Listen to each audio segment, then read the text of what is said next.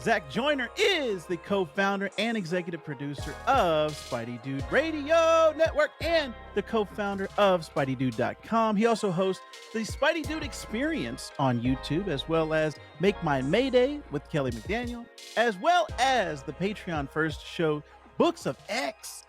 And he has co-hosted, this is the man of 1 million podcasts. He has co-hosted the Clone Saga Chronicles, Spectacular Radio, and Mayday Mondays.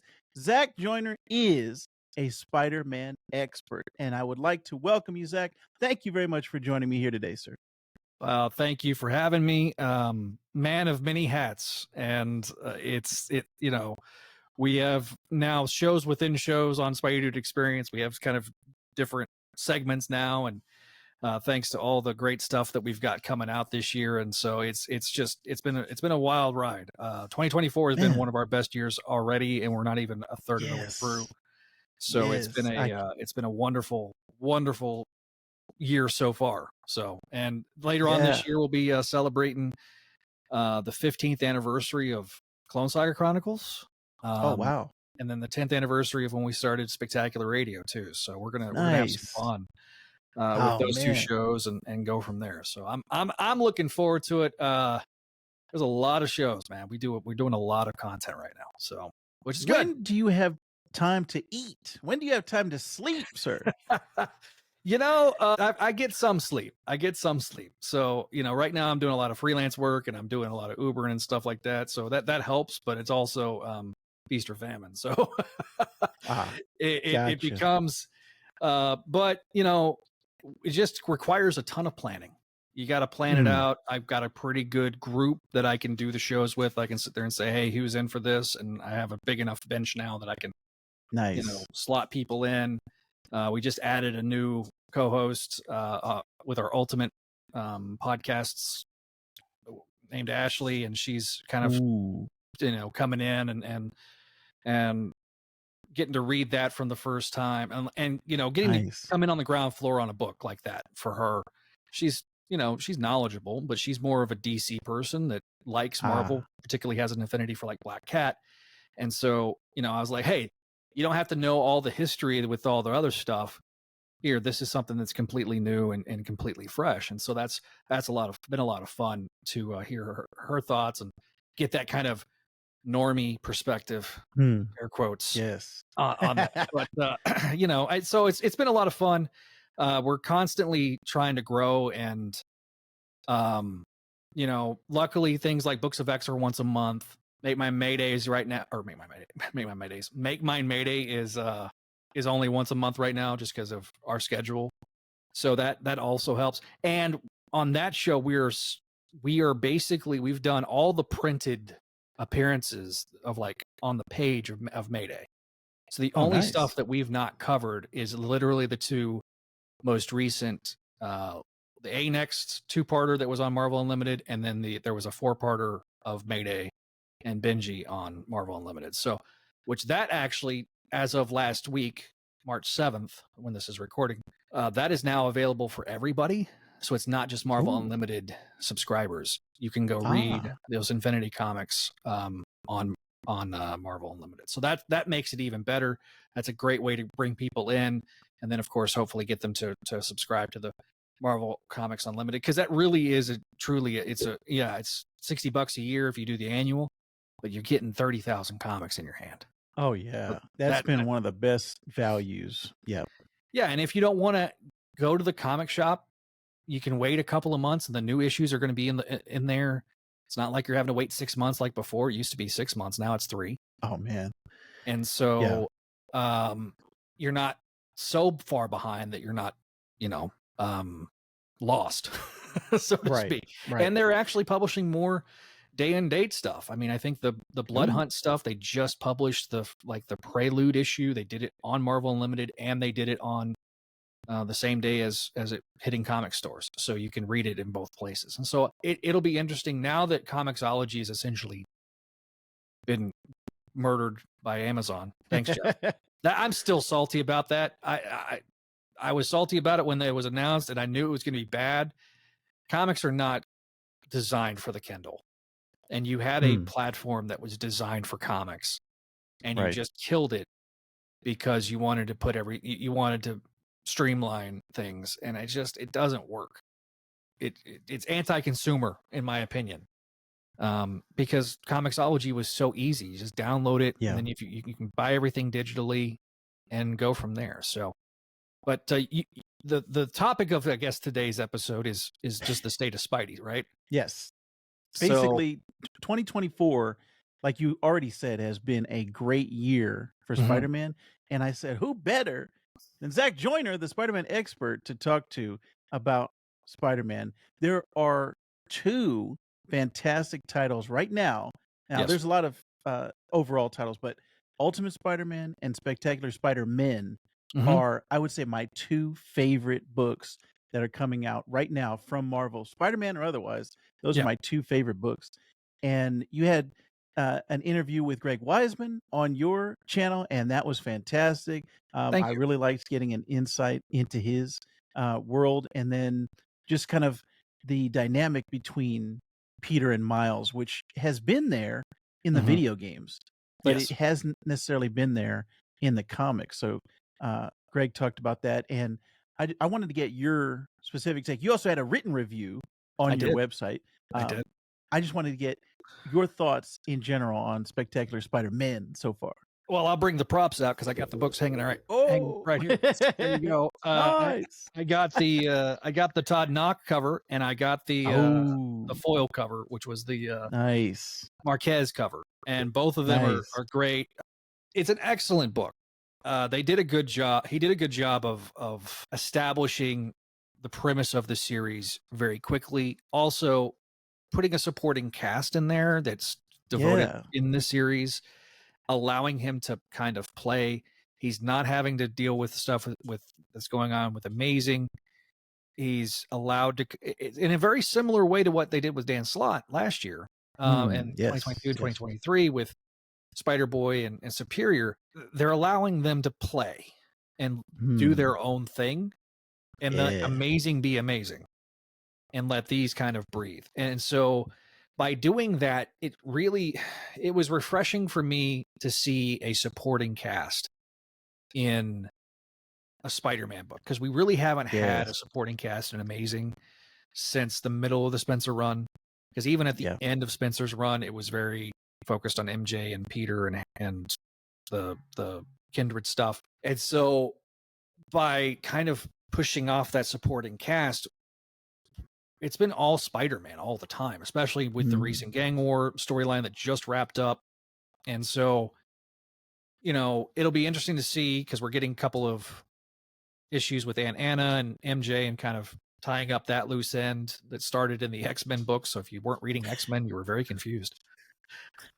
But I mean, if you're playing the new Spider-Man 2, I guess the Mutant Gala suits are now DLC suits that you can get. Ooh. Oh, I did see that. Yes. Yes. So I haven't Very played it yet nice. because I don't have a PS5, unfortunately. Yet I'm getting there one It day. is great. But in fact, funny enough, later on tonight, we've done a tier ranking of the suits from Spider-Man 1. We haven't released the video yet, but we're going to do the tier list of the Miles Morales, because I played both those games.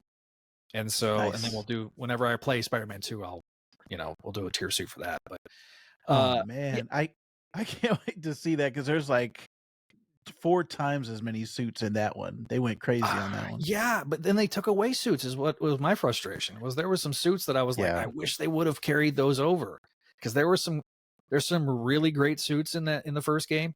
There's some good suits, then there's some really bad suits. I'll be honest. It's going to be a very wide variety.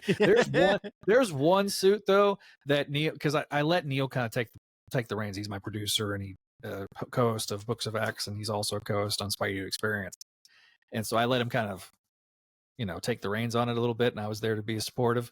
And he likes to troll a little bit, so it's fun. He had a good time editing the video, so that those pre-edited videos are always fun for me to see, because it lets him kind of stretch his editing muscles and show off what he can do. He's really good at what he does. I mean, all my graphical work is completely him.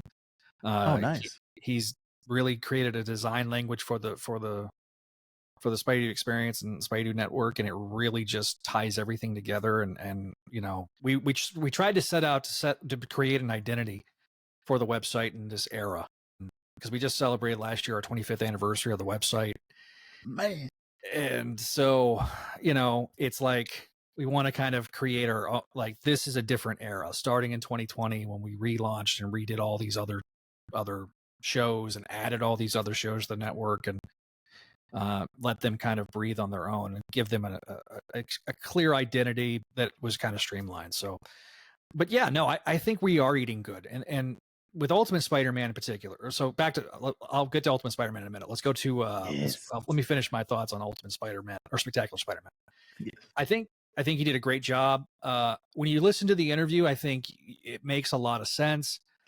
Kenny, I'd forgotten that he had introduced Kenny Kong in the 616 in another book. I had also forgotten that. It wasn't until that was brought to my attention and I love that I had Greg on that episode when we talked about it, Vishansky, because that guy's an expert in Greg Weisman. He's friends with Greg. They do the voices from the Eerie podcast together a lot.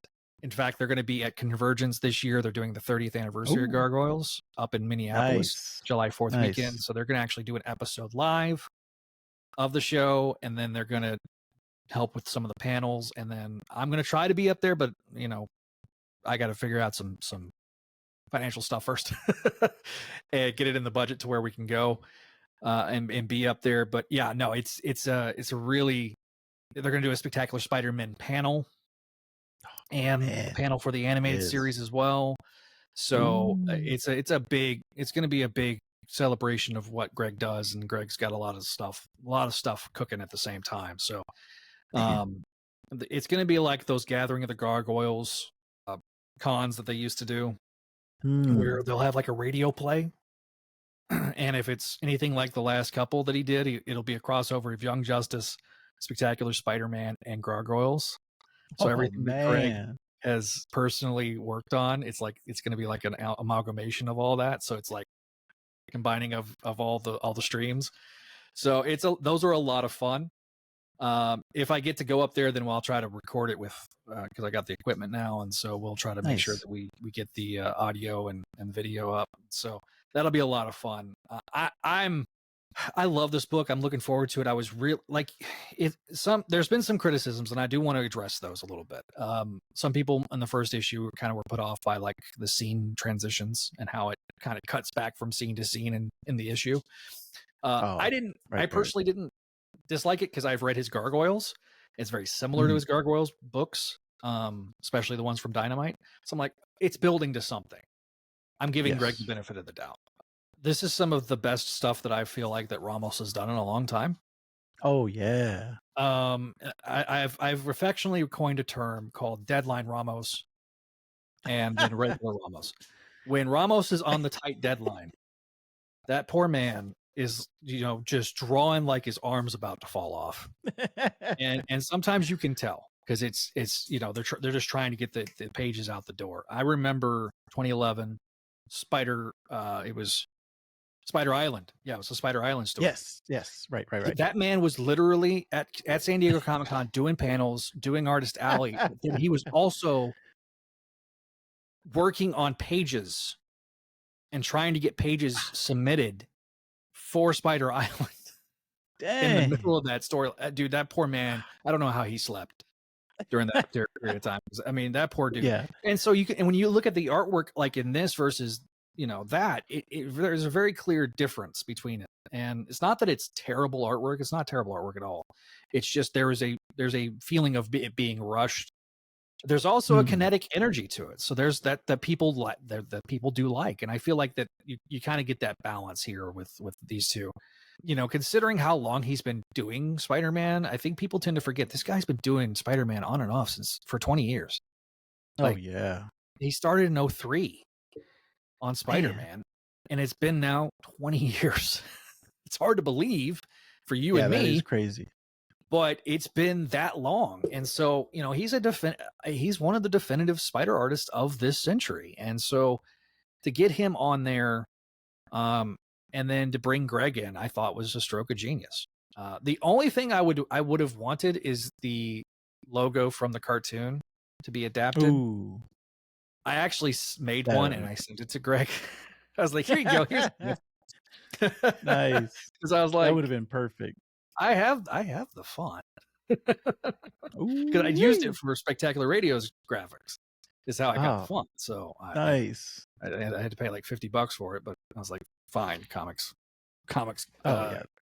It's the there's a website that you can buy a license, or you can go to Oh, the internet nice. and get the Yeah, almost the same. man, Spectacular was like that was probably my favorite animated show of any Spider-Man series. It was Spectacular Spider-Man. I Josh have a Keaton. nostalgia for the '94 series, but in terms of like an adaptation, you can't go wrong with Spec. It just Oh yeah. the fact that Sean Galloway got to do a cover for issue 1, I think, which really pleased Greg. That was really cool. That he was going to get to do that. So there's the mascot. You can see him wagging his tail behind me and acting like a crazy dog. But I have a futon like right here, so that's where they like to lay when I'm doing the podcast. Oh, nice. And so, but yeah, no, Spectacular Spider-Man I thought was really good. I as a Jackal fan, I'm always down to see more Jackal. The deep cuts, like bringing in the Jackal's brother in, Professor Warren 1.0, his brother Raymond. I was like, oh yeah. And we were trying to figure out when was the last time chronologically he had appeared, and it's been a long time. I think, if I'm correct, I think they did an interview with him during the Clone Saga when Peter was on trial, if I recall correctly. Wow. It was like in a backup, and so, I mean, it's a long time, but like again, a guy that had not appeared much outside of like Untold Tales. Obviously, he appeared in that because it was taking place in those first few years of Peter as Spider-Man. So that was fun. The appearance by Kinney was great, and Shashan, which I did not realize how much of a Shashan stan Greg Weisman is, but he absolutely adores Shashan, and that was great. In that, learning that on the show was a lot of fun.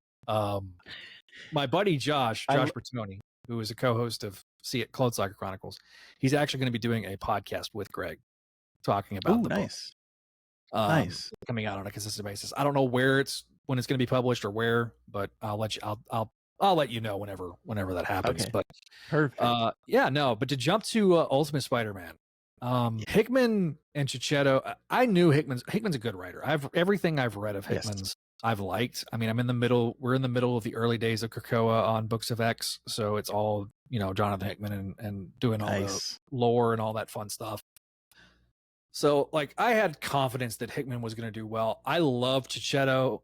When Checchetto first did, back in Brand New Day, the Return of Cain story, I loved his artwork from that point on. He just, that's a superstar team. We're eating good with that book, man. Yes. It's a refreshing take on the Peter Parker lore.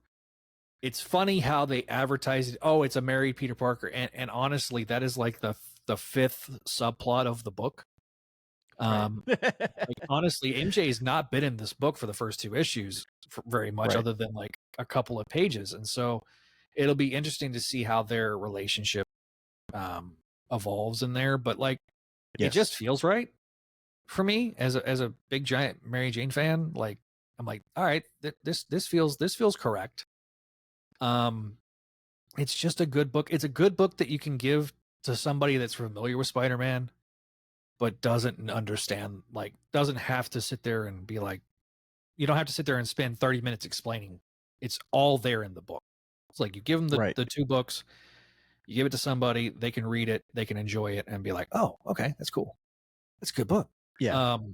It's everything an entry-level book should be. 100%. Yes, I tell people, go read Ultimate Universe, the issue, the one shot that they did, because it does explain some things, prior to. But that's also why I've got Neil, because he reads all the Ultimates. Anything that pretty much Hickman does, Neil's going to read it. So He's my explainer. But honestly, it doesn't really require that much. Even in the opening issue blurb, it tells you exactly what's going on. And so it's like, okay, Right. the maker came in and jacked with some stuff. And I think the sales have absolutely shown what I mean, this is selling out at the comic shop. It's not like they got 50 million copies of issue 1 and they are just sitting there. People are going out and actively seeking the book out. There's 2 shops that I frequent, or there's 2 shops that are in my little town. Both of them were sold out. I had to get them digitally because both of them sold out. And I'm like, that's a good sign. That's a great sign, especially with comics being $5 now. Right. You know, I want to get my money's worth. With Spec Spider-Man and Ultimate Spider-Man, I felt like I got my money's worth. You know, I joked. I picked up this book. This is issue 44 of Amazing. The only reason I picked it up is because of the trade dress. It's based on the 90s, and it's based on 97. And so, like, Nice. I'm like, no, I gotta have that because that's when I was like really reading the books. And then I got the famous seal of 252, the first black costume, because I'm friend of the show, Tom DeFalco, friend of the show, Ron Friends. Got to support my. That's the only reason. I never do that. I was like, and it was funny. I was in the comic shop and I was just picking up Spec, and then I was debating on getting more than one book, and I was like, oh, for you, Greg, I'll do it. And then I got to looking, and I was like, ooh, what is this? And I look at the cover, and I'm like, oh, this is last week's Amazing. Oh, I like this cover. I like the trade. So then I pick that one up, and then I look over and I see the freaking facsimile of Amazing. And what I love about these, the great thing about these, the price is terrible, but the outside of that, it's got the original ads. Ooh. It's got the bullpen bulletins in it. Like those, Nice. that's cool. Like yeah. This transports you back to, I mean, look at that. Look at that bullpen bulletins right there. Oh man. From the 1980s. It's like, yeah. Those are things that you don't get in, and it's got the modern coloring. So it's got, updated coloring. Nice. And it's brighter. It just looks good. And, inject that into my veins. I'll take that all day long. Because I mean, you go and try to find that book, and it's going to be printed on the old recycled newspaper. This is on the updated paper, so I know why it's $4.99. But still, it's like, but it looked good. I mean, that's a timeless book. It's so hard to find on the aftermarket. I mean, that's a very expensive book when you're looking for it. So it's like, I can have my cake and eat it too. Yes. I had the copy. I still have it in my box. I have the copy that came with the black costume from the Amazing. It was from the Spider-Man Classics toys from the early 2000s. Oh, okay. Yes. That they would put the comics inside the toy packaging because it was all owned by Toy Biz at the time. Right. And so you got those issues. You got that issue. That was the first time I read it. Was because of that toy. Nice. So it was, So I'm like, I got to support Tom and Ron. But no, I think we are, in terms of like between we just had Across the Spider-Verse get nominated for an Oscar, did not win, somewhat controversially. I was disappointed. I was a little disappointed, but I was like, it won the first one. I wasn't surprised it didn't win this one. And it feels like the category was a little more competitive this time, but I felt like as good as that was one of the best films of the year. It needed to be recognized as such. I also felt like I was like, okay, because with any awards, whether they be the Oscars, the SAG Awards, the Eisners for comics, there's a little bit of politics that gets put in play. And so I'm sure with Sony already having won it, Okay, we'll give it to the other guy. and from what I've been It told, the one that it lost to was actually a really good film. So I'm like, okay, well, if it lost a good competition, I can't even be mad about that part. Like if it just Yeah. lost to the random Disney category that always dominated, I'd been a little upset because I'm like, really? Because Yeah. really, because it used to be the Disney category. Yes, that's right. Disney 100%. /Pixar category. Disney, Pixar. Yep. And so seeing some competition's never a bad thing in my opinion. So it's like, all right, fine. But yeah, no, I think, look, the Zeb Wells run has been very hot and cold with me. If you go listen to Spidey Dude Experience, I talk about that extensively. I don't blame Zeb Wells. I think part of it's the schedule. It's such a tough schedule because I look at what Dan Slott's doing now, and I'm going, man, I'm enjoying this more because he's only having to deal with one artist, one book, and he's dealing with two artists on the other book, but they're doing the same book, right? He gets to split those in half and kind of tell two halves of a story. And it kind of feeds into his strengths. I mean, you look at that, like Superior Spider-Man. That was one of the strengths of Slott's run. Spider-Boy, he gets to kind of do the modern interpretation of Spidey super stories. And that's the type of stuff that I feel like that Slott excels at. If he's trying to like do classic Silver Agey type things, and it kind of works. And it's a creation all his own, and so he gets to kind of do his thing that way. So I'm like, right, okay. So there's a lot of flavors of ice cream for a lot of people, and I think there's a lot of tribalism, especially on Twitter, which Spider-Man Twitter, I've really seriously thought about doing that trend where we're Spider-Man fans. Of course, we hate Spider-Man. Sometimes, man, it's like, you go into these places or whether these Discords or Reddit or Twitter, and it's like, gag me with a spoon, bro. Like, I know that's an 80s reference, but still, it's like, man, I get it. It's not Spider-Boy. And even Miles Morales, I think Cody Ziegler has injected life into that book. And I think Ahmed had probably been on there a little too long. It never grabbed me. His stuff never really grabbed me. I just, I don't know what it was. I think part of it was art. The later stuff I thought was better than the stuff at the beginning. I'm a little picky when it comes to my Spider-Man eyes, and if your Spider-Man eyes are too like boxy, I'm like, no, that's not how that works. Like, it's gotta have the swoop, man. So, but his work just really never grabbed me. As opposed to Ziegler and Vincentini, it's like, oh, I really enjoyed Vincentini's stuff on Amazing. It was different enough. It was very stylized, but I'm like, okay, I can dig this.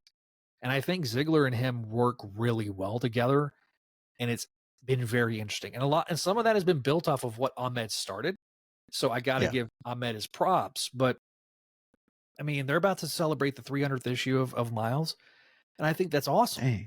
Like, holy crap, we got to. I mean, the fact that he gets to continue that torch, that legacy. I mean, half of that obviously was Peter, but truth be told, I mean, we're getting very close. In a couple of months, Miles will have surpassed, in terms of the amount of issues that Ultimate Spider-Man was, which is hard for me to believe. And so we're eating good with Miles. And then you add them, the peanut butter and chocolate to create the Reese's Peanut Butter Cup. It's like, all right. And you got Wiseman, who I think is having, just in that interview, in that conversation with him, I think he's having a ball.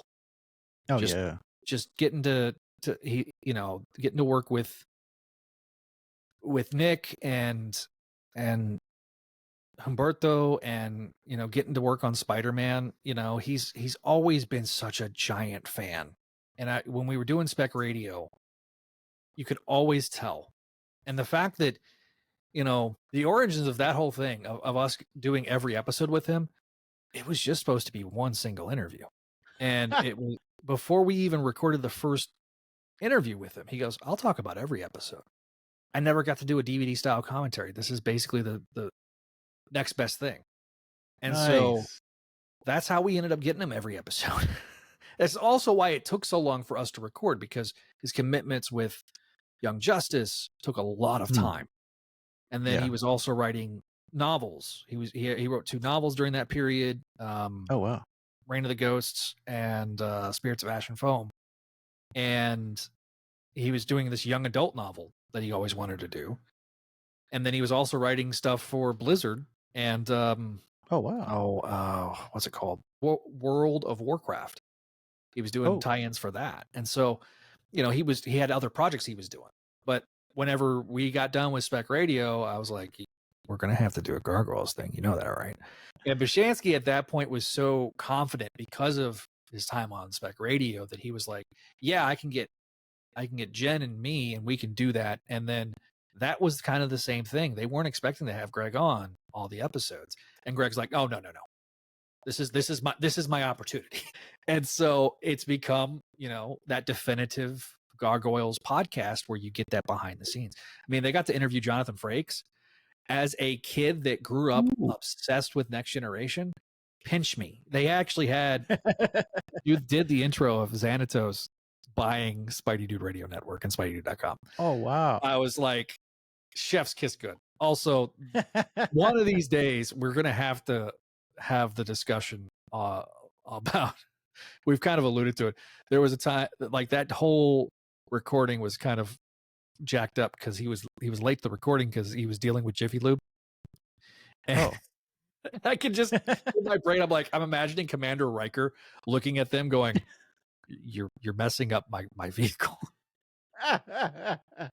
And so it was a whole mess. But I mean, I think he's gonna possibly be at Convergence too. So it's like, I know Keith David's gonna be there. Oh yes.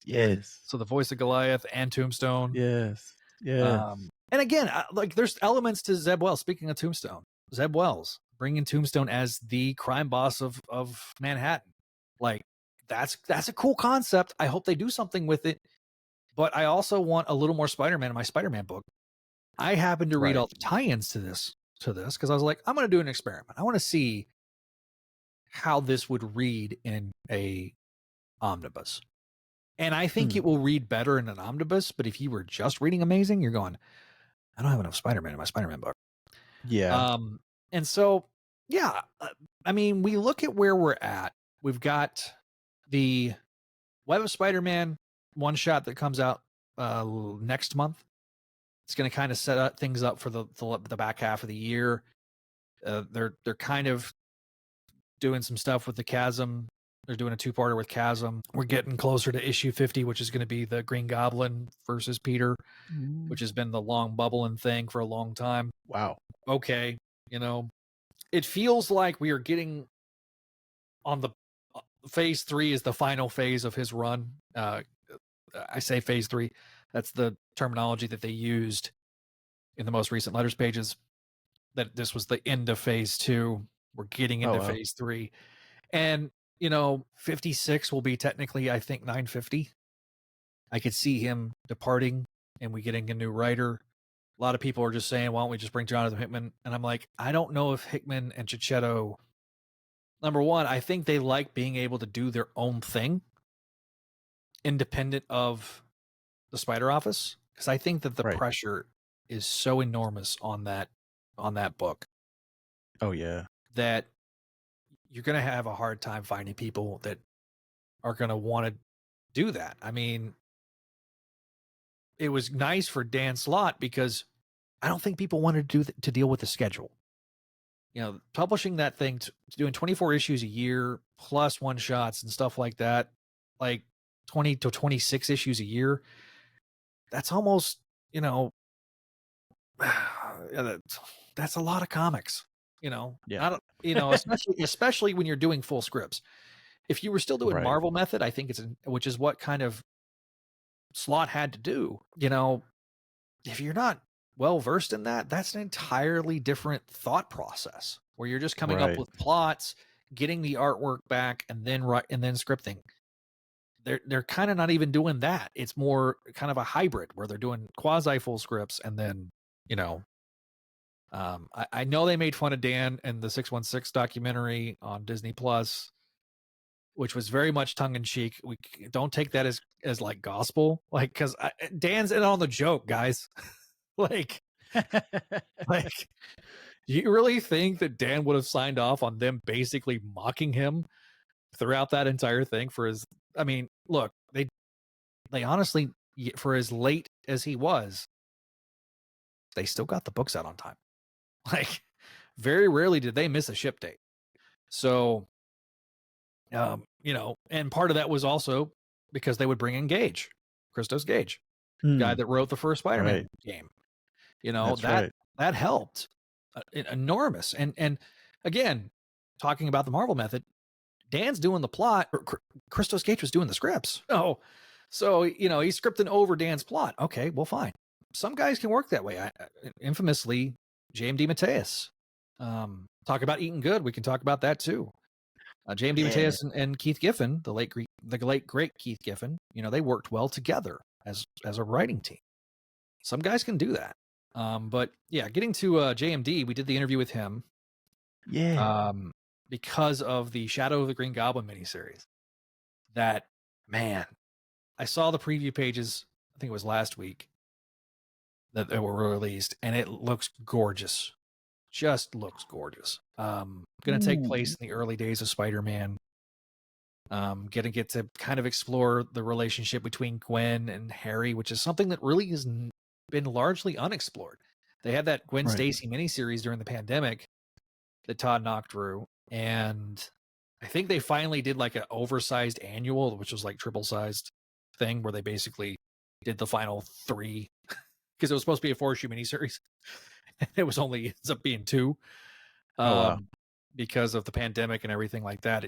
You know, everything kind of got shut down, and so it was just kind of a nightmare. But outside of that, I mean, they never explored it in Untold Tales.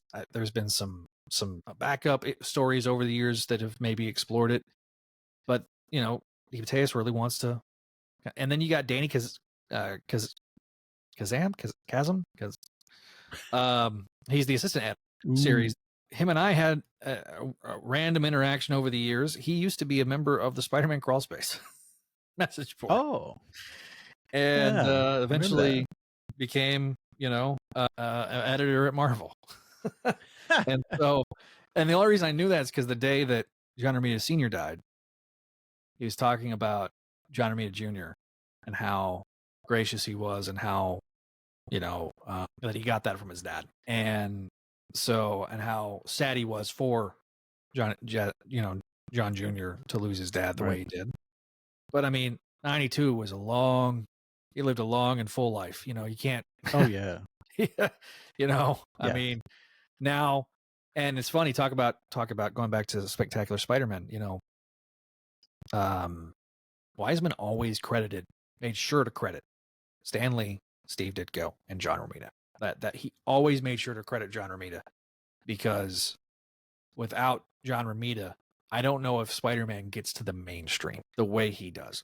And look, I love Ditko's era. It's very much of its era. It's weird. It's a different looking Spider-Man book. And without that foundation, it's a little rough around the edges.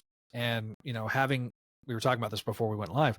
I've been doing a chronological read through. And so I've read all those books, and then I've read, you know, the McFarlane books. And the McFarlane books, that I think what captured so many people was that kind of weirdness, that little bit of oddity to it. Spiritually was very similar. Early Ron Frenz was very much influenced by Steve Ditko. And then as he kind of evolved his own style, you know, you look at his stuff from the 80s, and then you look at his stuff from the 90s. Well, he was doing Thor all that time, you know, so John Buscema, Jack Kirby, all those guys influencing his work that way. And then, of course, Spider-Girl, you know, kind of cartoony in the first volume, and then he gets the second volume, and it's more kind of the Romita Senior stylized, you know, thinner eyes, more of a gymnast build. You know, I've got the poster, but that's one of the few times where you see the bigger eyes on her. Is on that first cover. You know, when you read the books, it's very much the more Romita, thinner eyes. And so, you know, it's it's interesting to having done that. It's very interesting to see how the artists and writers have evolved and how everybody's changed over the years in terms of that, and how different that is. So I highly recommend doing that. It's very hard to read the satellite books, though. Just gonna warn you, because they're not all on Marvel Limited. There's a lot of missing issues. Mission issues of Spec, mission issues of Web of Spider-Man, missing issues of Adjectiveless Spider-Man. There's a lot of them on there, just not all of them. There's like 30 issues missing of Adjectiveless. I looked the other day, it was like 68 issues. I was like, well, that don't help. I need 90 something issues. A lot of that stuff from Volume 2 has been reprinted. They actually made a couple of omnibuses and trades. I'm like, that stuff's terrible though. Like that's the Mackie Byrne reboot, which is just it's just not good. I feel bad for Mackie because like I'm literally I'm right up to 1990, right around the time that Mackie starts his run on Web, and he did the run on Web, and then he jumped from Web over to Adjectiveless, and then he did Adjectiveless that became Peter Parker, all the way through until he took over Amazing and added to Amazing when he was been already doing it for 8 years or 6 years. And he'd already been doing it for 8 years, and then he did it for like another year and a half doing both books, and then they finally gave him, some rest with Paul Jenkins, who, by the way, have you paid attention to the Paul Jenkins story at all? A little bit, not too so close. He's suing a fan creator over some issues, and the guy that was creating the Star Trek thing loves to do lawsuits, and he spent like a ton of money trying to get out from under this. And what a wild story. I tell people that's going to end up being a Dateline story, or by the time once everything's settled out of court, I'm like, they're gonna have to go to the media for this, because this is just a wild story. Or there's gonna have to be a documentary on it, something. I want to see it. Because I've listened to some podcasts that he's done. I would love to have him on, but I'm kind of waiting until after all that is settled, so that way it's not hovering over the head, Right. But I tell you, he's one of my favorites. And then speaking of one of my favorites, to bring it back, because I just ADD'd. John Mark DeMatteis, man. That Shadow of the Green Goblin book is going to be great. It's only 4 issues. They already are thinking of what to do next. If you listen to the interview, I think there will be something maybe next year. I don't know if it'll be this year. We're talking about having him back for his DeMatteis verse. Right. I can't ever say it right. The second phase of that Kickstarter is going to kick in later on this spring, and so we'll have him to talk about those books and everything. But nice. I love having him on, because this is the second time I've had him on, because I feel like I'm getting a master class on writing. If you're an aspiring comic book writer, he's a guy that just loves the craft, and if you ask him the right questions, the answers will always surprise you. He brings up one of his favorite moments of like letting the artist cook was the last few pages of Sal Buscema on Spec 200, where Harry Osborn's dying, and there's not a single dialogue box or a thought bubble or a word that's spoken. It's all done in the artwork. So I accidentally. And that was that Marvel Method.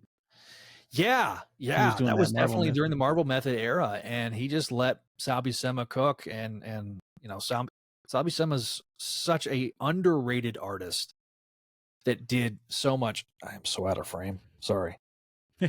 No problem. That man deserves all the flowers he gets, and that's one of the reasons that we decided to do the Spectacular Sal Buscema era podcast, to celebrate that run that he did from the mid 80s all the way through to the early 90s, or really it went through the Clone Saga, but the host of the show is like, just listen to Clone Saga Chronicles. You can hear more about it. He's going to cover everything up until right before the Clone Saga. He's like, and then I'm just going to hand it off the baton to you. I was like, that's fair. I love Sal, but when they brought in, what's his name? Bill Sienkiewicz. Oh.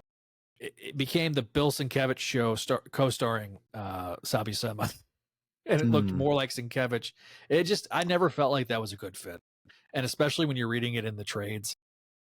Right. You're like, you're going from Stephen Butler, very Mark Bagley-esque, Mark Bagley. And then you got Tom Lyle, kind of semi to, all three kind of very similar looking artists. And then you get to Sal not inking himself. And it's like, well, there's Sienkiewicz. I can tell we're at Spectacular now. And it's like, even though that was the team on my very first book.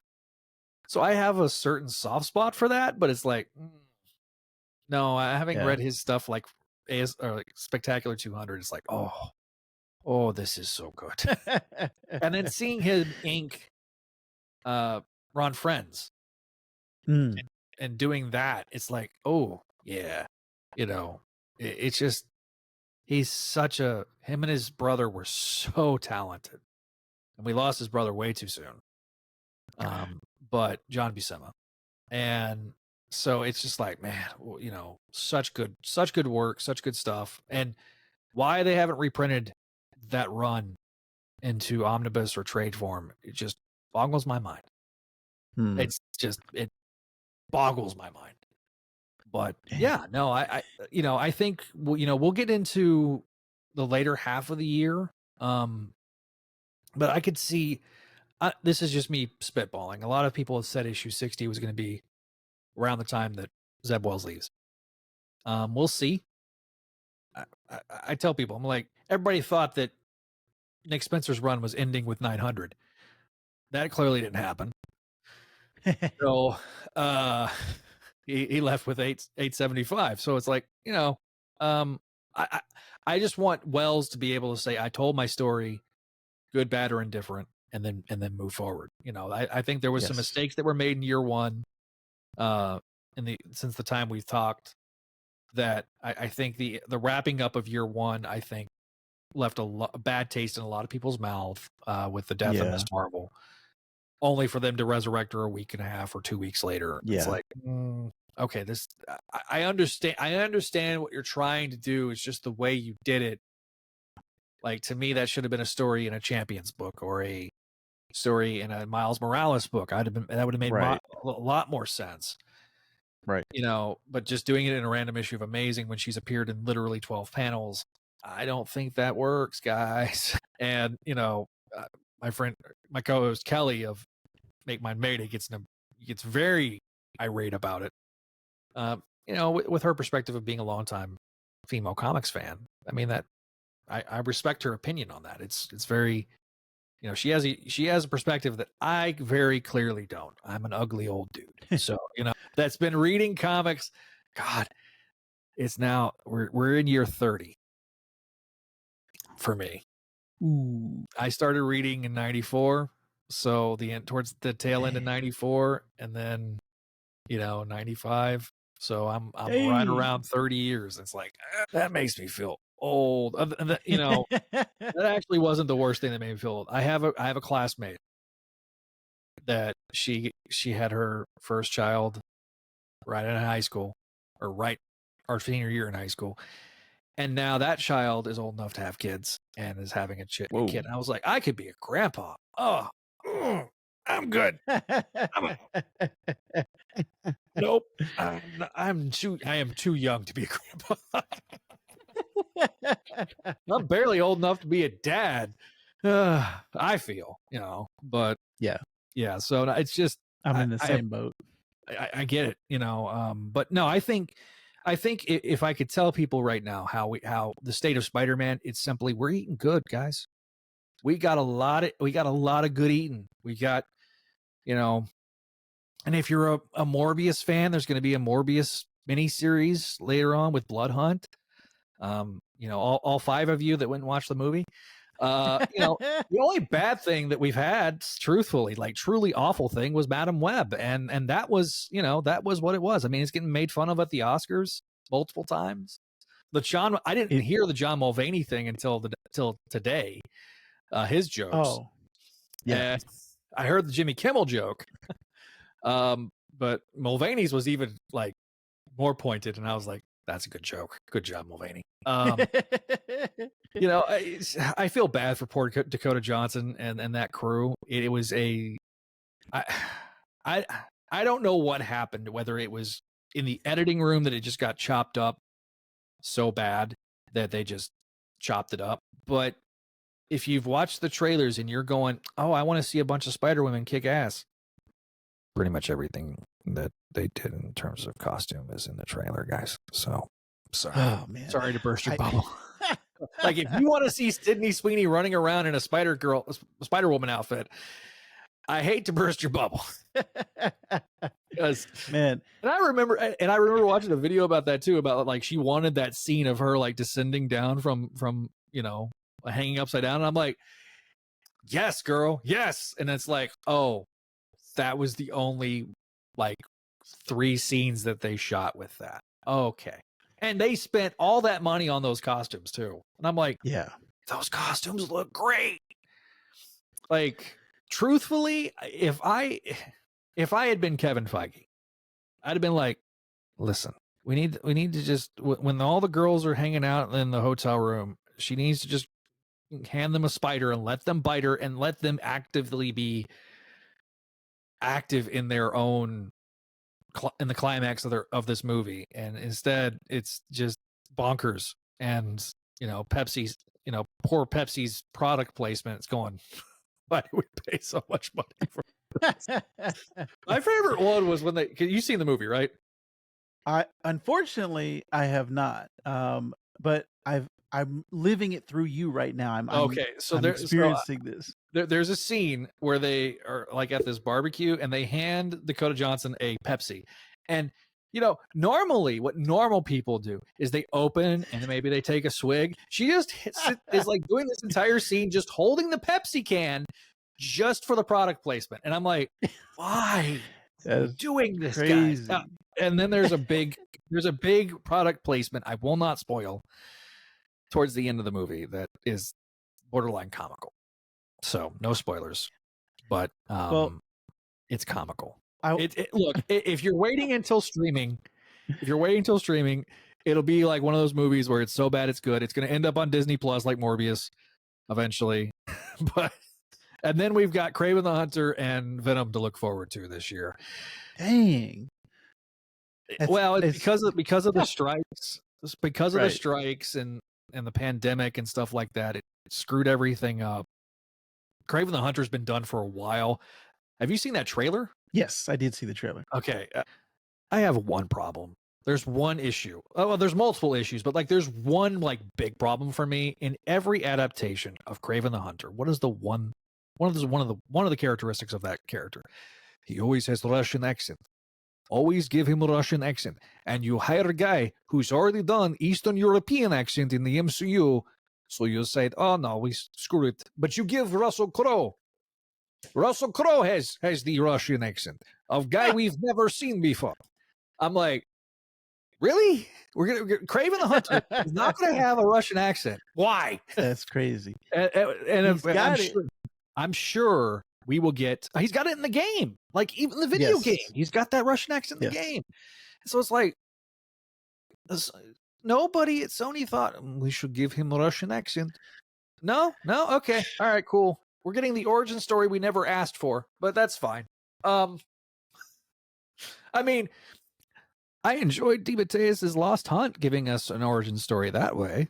That was fun. Things I'd never expected. A story with a pregnant Mary Jane in 2023 because it took place during the Clone Saga. And so I'm like, all right, fine. And then we're going to get Venom 3, which, the buddy cop comedy that it will I think that will make money. Truthfully, I still don't know why they're doing it in November. Just release it in October. There's nothing else that comes out in October. It's the perfect time to release that movie. It kind of fulfills the horror motif. Why are you waiting until Yeah. after? That doesn't make any sense to me. Yeah, I mean, and then I don't know what they've got cooking after that. So maybe you know, Marvel backs up the Brinks truck and says, "We'll pay you to stop." Because I want to. I feel like the one bad thing about Madam Web and potentially Kraven the Hunter is it is diluting the brand. There's a lot of people that think it's a Marvel movie, but it's really not. Right. It's an association with Marvel. It's a Sony movie. It's not a Marvel movie. It's got Marvel characters. It is different. Yes. Also, the mental gymnastics to not mention the words Peter Parker is borderline hilarious. So that's all I'm going. That's the only spoiler I will give is the mental gymnastics. Okay. Well, I want to have you back when Kraven comes out and when Venom comes out, and maybe by then I will have seen Madam Web, and we can go into that a little deeper. But dude, listen, we'll have to do a crossover episode, bring you on for Spidey Dude Experience or something like that. Yeah. And like do a simultaneous stream where we can stream to both places. That would be a lot of fun. I always enjoy talking to you. You are welcome on my network anytime. I know you're buddies with Paul, so he'll definitely want to jump aboard. And I also do the Spider-Man Council on Comic Binge. It's kind of semi-monthly thing that they do. Nice. Where we pick a story. In fact, in April, we're going to be doing, speaking of DeMatteis, we're going to be doing a deep dive into The Child Within, which was his first arc on Spectacular. So if you've never read that story, it's a dark story. It's very dark, very mature subject matter, but it's a very good story. Nice. Well, I'm going to have all of your links down in the description below, but if people are too lazy to read, why don't you tell them, Zach, where they can go to find all of your stuff? All right. You can follow me on social media. You can find me on Instagram, Threads, and Facebook.com/SpideyDude Network. That's also the Patreon URL, patreon.com/SpideyDude Network, if you want to support all of our stuff. We've got Spidey-Dude.com, which is where that's the main hub. That's the website where you can read my written review of the Spectacular Spider-Men. We're hoping to get more reviewers. I'm trying to get a roster of reviewers, but it's kind of tough these days to keep a crew because there's so many books. But all the podcasting stuff goes through the website. But you can also find us on Apple, Spotify, Google Podcasts, which is going away, but it's going to merge into YouTube. It's a whole thing. Right. Wherever you can get your podcasts, you can just go over to SpideyDude.com and find the individual shows. But we also are on YouTube, youtube.com/SpideyDude Radio Network. And then you can find me on X at SpideyDude Radio. And so that's all the social medias and all the places you can find me. So certainly appreciate anybody that is listening and happens to find us. Give this a like, share, and subscribe whenever this comes out. I'll definitely be hyping it up and posting it, and always appreciative. So thank you for having me on once again. Yeah, no worries, Zach. You are, like I said, the Spider-Man expert, and I love having you on to talk. My friend JR might fight me later, but my friend JR and Josh might fight me for that, but for that title. But I am honored that you would think that. I really am. Well, I appreciate you, sir. And I've got to tell everybody out there that this comic cooks.